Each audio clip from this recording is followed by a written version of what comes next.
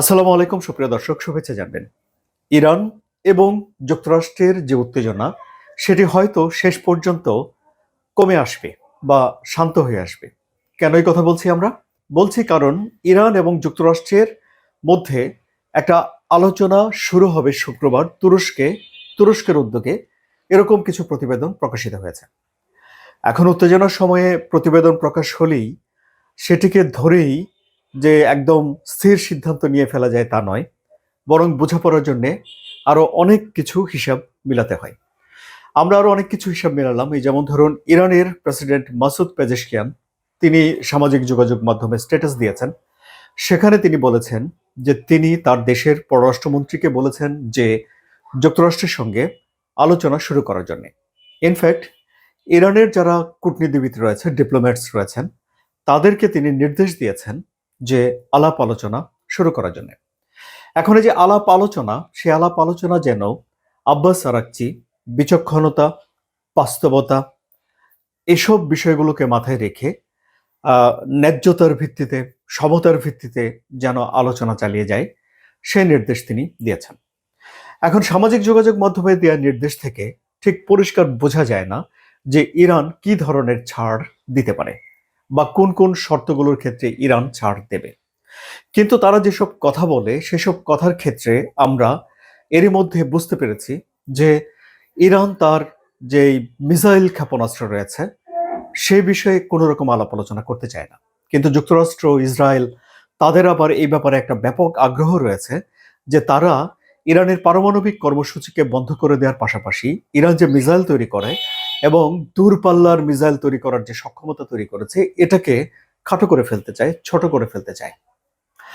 এখন এই বিষয় নিয়ে ইরান হয়তো কঠোর থাকবে, স্থির অবস্থানে থাকবে এবং এই একটি পয়েন্টে এসেই আলোচনা আবারও ভেস্তে যেতে পারে এবং আলোচনা ভেস্তে গেলে পরে কি হবে আমরা এটি জানি না। আবার ধরুন, গতবার যখন 5 দফা আলাপ আলোচনা করার পর ষষ্ঠ দফা আলোচনার আগে ইসরায়েল একটা হামলা করেছিল।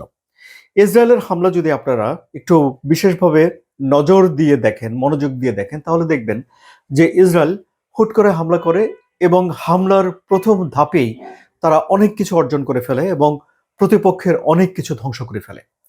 12 দিনের যে যুদ্ধ হয়েছিল সেই যুদ্ধে ইরানের সেনাবাহিনী প্রধানকে তারা মেরে ফেলেছে, আইআরজিসি প্রধানকে মেরে ফেলেছে এবং এরপরের কয়েক ধাপ সামরিক সিনিয়র কমান্ডারদেরকে মেরে ফেলেছে। সামরিক কমান্ডাররা যখন মারা যায় তখন সেই বাহিনীর সক্ষমতা অনেকখানি পড়ে যায়।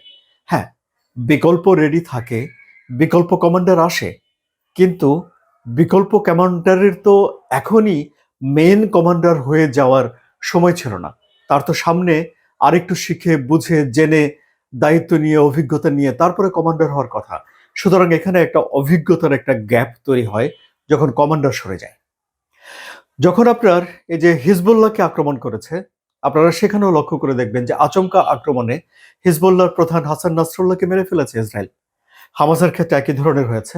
সুতরাং এই ইরানের যারা প্রক্সি বন্ধু রয়েছে তাদের সক্ষমতা ইসরায়েল এইভাবে ধ্বংস করে দিয়েছে। আবার ধরুন, 1967 সালে যে ইসরায়েল আক্রমণ করেছিল মিশরে, আচমকা প্রথম ধাপের আক্রমণেই অনেকের অনেক সক্ষমতা ধ্বংস করে ফেলেছিল। ফলে তুলনামূলকভাবে দুর্বল সামরিক শক্তি নিয়ে অপেক্ষাকৃত সবল সামরিক শক্তির বিরুদ্ধে অনেক বেশি ভালো করে ফেলেছিল ইসরায়েল। এটি ইসরায়েলের একটা রণকৌশল, একটা স্টাইল। এই যে ধরেন গত 12 দিনের যে যুদ্ধে এই একই ধরনের একটা থিওরি অ্যাপ্লাই করেছিল ইসরায়েল। কিন্তু এখন কি ইসরায়েল আবারও এরকম হুট করে আক্রমণ করে ফেলার মতো একটা পরিস্থিতিতে আছে যে আক্রমণ দিয়ে তারা পুরো বিষয়টার উপর একটা আপার হ্যান্ড নিয়ে নিতে পারে? এই ব্যাপারে স্পষ্ট করে কিছু বলা যায় না। কারণ হলো যে যুক্তরাষ্ট্রের সহযোগিতায় ইসরায়েলের সামরিক সক্ষমতার ঠিক কতটুকু আছে এটা একটা ক্লাসিফাইড বা গোপন ইনফরমেশন। এই ইনফরমেশন কেউ প্রকাশ করে না। আবার ধরুন, ইরানের লড়াই করার যে সক্ষমতা সেটি রাশিয়া এবং চীনের সহযোগিতায় কতটুকু বেড়েছে সেটাও একটা ক্লাসিফাইড ইনফরমেশন এবং সেই গোপন তথ্য কেউ প্রকাশ করবে না। কিন্তু এরা যখন কথা বলে কঠোর স্বরে হুমকি পাল্টা হুমকি দেয়, তখন এসব হুমকির ভাষার উপরে অনেকের শক্তিমত্তার বিষয়গুলোকে অনুমান করে নেওয়া যায়। আবার ধরুন, অনেক সময় যুদ্ধ এরকমও হয় যে বাস্তবে তাদের সামরিক শক্তি দুর্বল, কিন্তু এমন একজন মুখপত্র সামনে থাকে যিনি কনফিডেন্টলি এমন শক্ত হুঙ্কার দিয়ে বসেন যে লোকজন কনফিউজড হয়ে পড়ে। যুদ্ধক্ষেত্রে রণক্ষেত্রে এরকমও হতে পারে। এখন আমরা সংবাদপত্রে প্রকাশিত বিভিন্ন খবর থেকে কিছুটা অনুমান করতে পারি। যেমন ধরুন, ইরান বলছে শক্ত করে যে যদি আক্রান্ত হয় ইরান, তাহলে ওই অঞ্চলে মার্কিন স্বার্থের উপরে ব্যাপক হামলা করবে। এমনকি ইরানের সর্বোচ্চ নেতা আয়াতুল্লাহ আলী খামেনিও বলেছেন যে একটা আঞ্চলিক যুদ্ধ শুরু হয়ে যেতে পারে।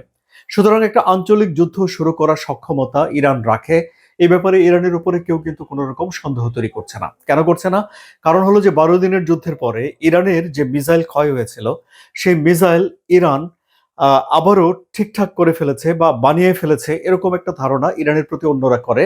কারণ ইরান নিজের দুর্বলতা আবিষ্কার হওয়ার পর সে দুর্বলতা জিইয়ে রাখতে চায় না, টিকিয়ে রাখতে চায় না। আবার ধরুন, ইসরায়েলের দিক থেকে তারা আক্রান্ত হওয়ার পর তাদের যে দুর্বলতা তৈরি হয়েছে সেটা হলো যে আকাশ প্রতিরক্ষা ব্যবস্থার দুর্বলতা। সুতরাং যুক্তরাষ্ট্রের সঙ্গে সহযোগিতায় ইসরায়েল নিজেদের আকাশ প্রতিরক্ষাকে জোরদার করা, এর অর্থ দাঁড়াবে যে তারা যদি আক্রান্ত হয় তাহলে সেই আক্রমণ ঠেকিয়ে দেওয়ার বিষয়টিকে জোরদার করার ক্ষেত্রে ইসরায়েল মনোযোগ দিতে পারে।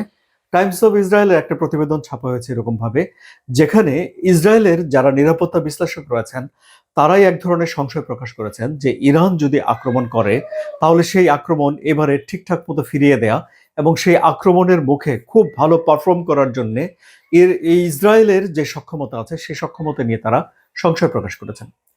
সুতরাং এটা থেকে একটা অনুমান করা যায় যে এবারে যে আলোচনা হবে সেটি সত্যিকার অর্থে আলোচনা হবে, কিন্তু আলোচনার আগেই আবারও ইসরায়েল হামলা করে ফেলবে এরকমটা অনুমান বিশ্লেষকরা করছেন না। কারণ ধরুন, এই যে টেনশন যে হচ্ছে, এই টেনশনের কোথাও কিন্তু ইসরায়েল যুক্তরাষ্ট্রকে ছাপিয়ে নিজেকে জাহির করেনি। অর্থাৎ যে বিষয়টি স্পষ্ট হয়ে উঠেছে এই হামলাতে, যে ইসরায়েল চেয়েছে ইরানের সরকার পরিবর্তন হয়ে যাক, কিংবা ইরান যা বলছে তাদের বিক্ষোভে ইসরায়েলের ইন্ধন রয়েছে, এসবই হয়তো সত্য।